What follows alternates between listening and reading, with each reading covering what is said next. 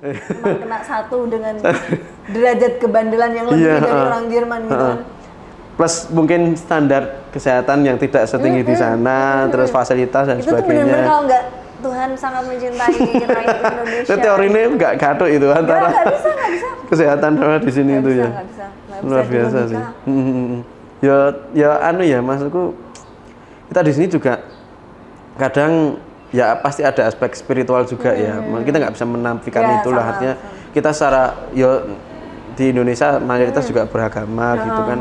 Beda banget toh. Nah, maksudnya mesti sadar ada entitas itu gitu loh. Nah, di sana kan yo ndak toh, maksudku bahkan Natal pun lebih kepada peristiwa budaya, bukan spiritualnya toh. Kalau ke gereja aja teman-teman Indonesia masih lebih rajin daripada orang-orang sana. Yang teman-teman sepantaranku itu mereka minggu pasti masih ke gereja gitu kan. Kita kalau main setelah mereka dari gereja gitu. Tapi yo di sini yo antara orang-orang sepuh gitu atau anak kecil sama bapak ibunya keluarga gitu, tapi di masa-masa teenager sampai mungkin 40-50 yo udah nggak ngurusin lagi gitu loh. Dan yo itu mungkin salah satu yang kita agak temukan ya di sana, yaitu spiritualitasnya. Kalau mungkin kalau yang orang Islam kayaknya masih tertib lah ya. Dan ya bahkan kan sampai ada istilah pajak gereja itu loh. Teman-temanku pernah kok terus nggak ngisi agamanya gitu kan di kolom agama yang bagian imigran itu loh, imigran imigrasi itu loh, gitu. Jadi benar dipajak. Aku juga, no toko yang ngono ya, mungkin yo saking kekurangannya wong sing ora sedekah ning gereja itu. Tapi ya menarik sih maksudku. Tapi penasaran juga sih uang gereja itu kan kayaknya juga mungkin kalau dibuat rumah sakit yang Katolik itu atau dibuat yang mana sih? Aku juga nggak ngerti sih. Maksudnya itu tuh semuanya seperti loh apa? Dimintain uang gereja gitu loh. Maksudnya diatur secara hukum gitu. Iya, ada aturan hukum yang mengikat itu. Tapi nggak tahu sih maksudnya mereka terus kayaknya kan hanya spesifik agama tertentu toh. Maksudnya Islam ya nggak dikenain dan nggak ada sih. Tapi ya itu sih. Ya itu sih menurutku harus beberapa yang salah satu dua hal yang mungkin agak kita kerasa beda spiritualitasnya ya. Maksudku lu nek pas Natal ini gereja Kota Baru rame daripada gerejanya sing di sana loh. Aku kan kalau pas malam Natal itu ramai sekali tuh. Di Jogja itu gereja-gereja itu semaraknya tuh kerasa gitu loh. Dan ya buat kita yang mungkin tidak merayakan pun juga merasakan itunya gitu, atmosfernya gitu.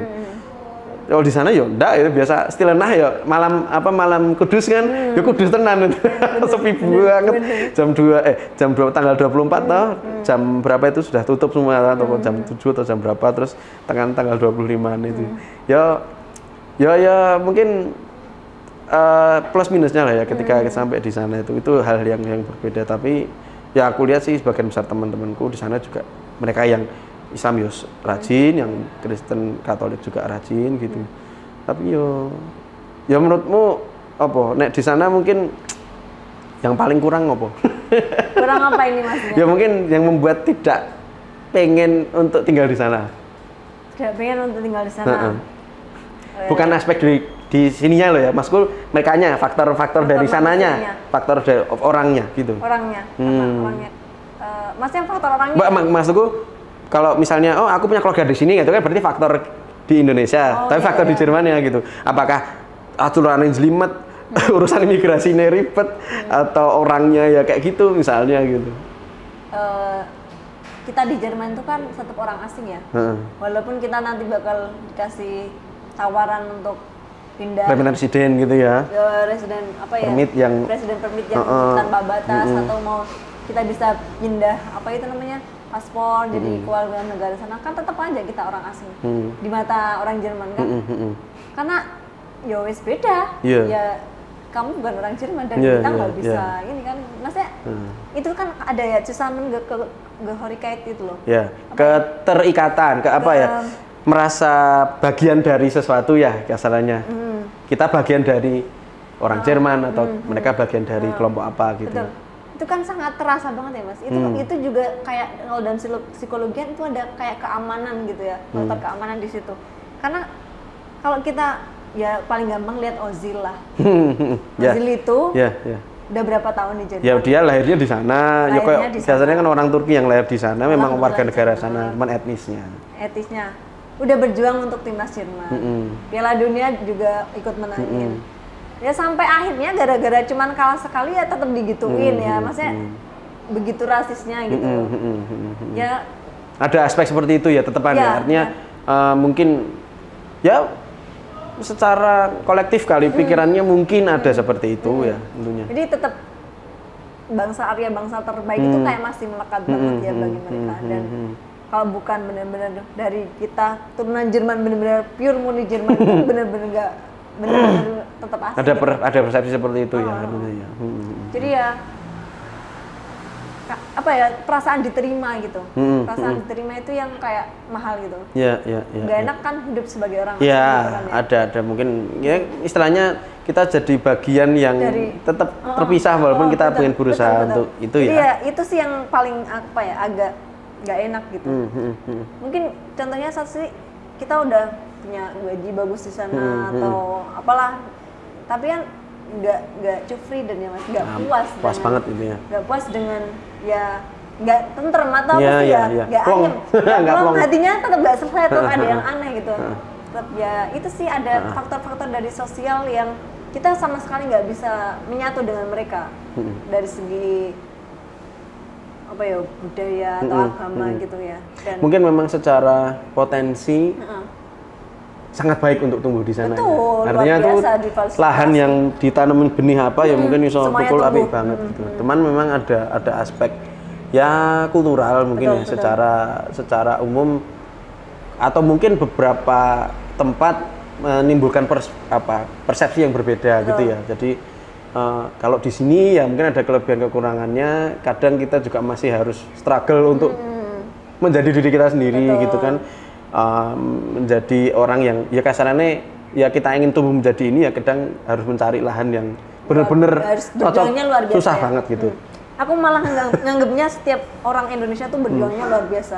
Maksudnya mereka tuh nggak ditantang, nggak cuma dari lingkungan aja, tapi dari pemerintah pun kadang mah disusah-susahin ya. Ada peristiwa seperti itu ya. Juga ternyata semakin dipersulit kadang ya. Itu tuh aku menganggapnya bagi orang-orang yang di Indonesia itu semuanya perjuang semua. Karena kalau di sana itu kan semuanya udah diatur ya.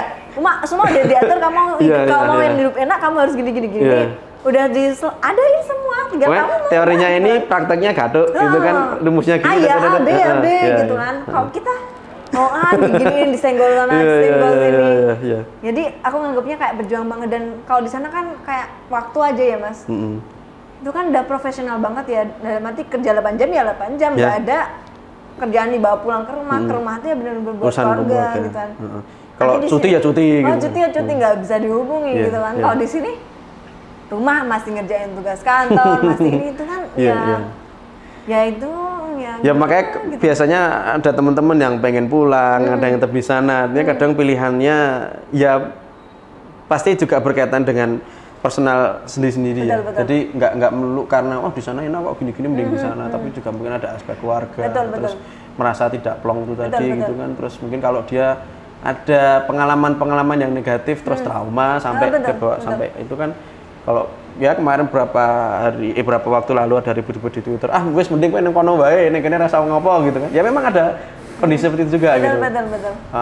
Teman-teman saintis yang orang Indonesia mereka bisa lebih berperan di sana. Ya memang faktanya ada kayak gitu juga. Cuman ya anu lah ketika perjuangan masing-masing. Ketika di sini ya perjuangannya ini kita punya tanggung jawab yang berbeda juga. Ya yang penting kan menurutku sih dimanapun kita berada ya yang penting manfaat. Betul.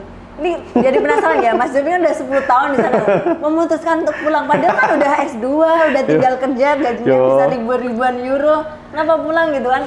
Keluarga aja sih. Itu kan tetap keluarga sih, maksudnya ya itu ada aspek itu juga. Terus kedua mungkin ilmunya bisa lebih manfaat berkahnya sih, bukan kepada kepake enggaknya di praktek ya. Jelas mungkin kepake enggaknya di praktek mungkin akan kerasa di sana karena aku sudah mengalami sendiri apa istilahnya situasi kerjanya gitu. Tapi kayaknya di sini lebih banyak hal yang mungkin bisa diperbaiki gitu. Walaupun ya tantangannya seperti itu, tidak semudah yang kita bayangkan. Dan ya ketika pulang pun juga kita sudah mempersiapkan diri. Tidak segampang itu gitu. Apa-apa yang enak di sana tuh tidak akan ketemu di sini. Dan kita harus betul-betul banyak memutar otak, dan kedua kita harus nah aku prinsipnya gini, ketika pulang tuh jangan lupa jadi orang Indonesia, jangan lupa jadi orang Jerman. Kasarannya yuk kita harus tahu orang Indonesia kita tuh kayak gimana sih sebenarnya gitu. Mungkin kita sudah lama di sana, kultur kedua, ketiga gitu kan. Ketika pulang kan merasakan itu. Betul. Tapi ketika di sini, yuk jo kelangan apa barang sing apik ketika kita di Jerman. Walaupun kita tidak bisa 100% menerapkan, tapi paling enggak di hati kita itu kita tahu bahwa harusnya tuh kok kita ingin gitu. Jadi kita tahu apa yang benar, apa yang salah, apa yang kurang bagus, apa yang bagus gitu. Dan tidak semerta-merta nganggep kabeh elek, kabeh apik, mengglorifikasi satu sisi. Semuanya punya kelebihan. Tetap ada kekurangan lah. Yang paling asik kan bagaimana kita mengawinkan itu tuh. Artinya menurut kan itu semua PR yang terjadi di semua aspek, di semua bangsa juga lah. Artinya ya ternyata negara Jerman punya problem di masalah itu tadi, misalnya rasis ataupun spiritualitasnya dan sebagainya. Kita di sini masih berkutat pada tataran praktek misalnya gitu kan, atau regulasi. Ya itu yang menurutku ya monggo lah pilihannya ketika mau di sana mau di sini, tanggung jawab masing-masing ya, dan itu pilihan masing-masing, dan ya seneng kono ya tanggung jawabnya tenanan ning kono, nek di sini tanggung jawab tenanan di sini. Betul.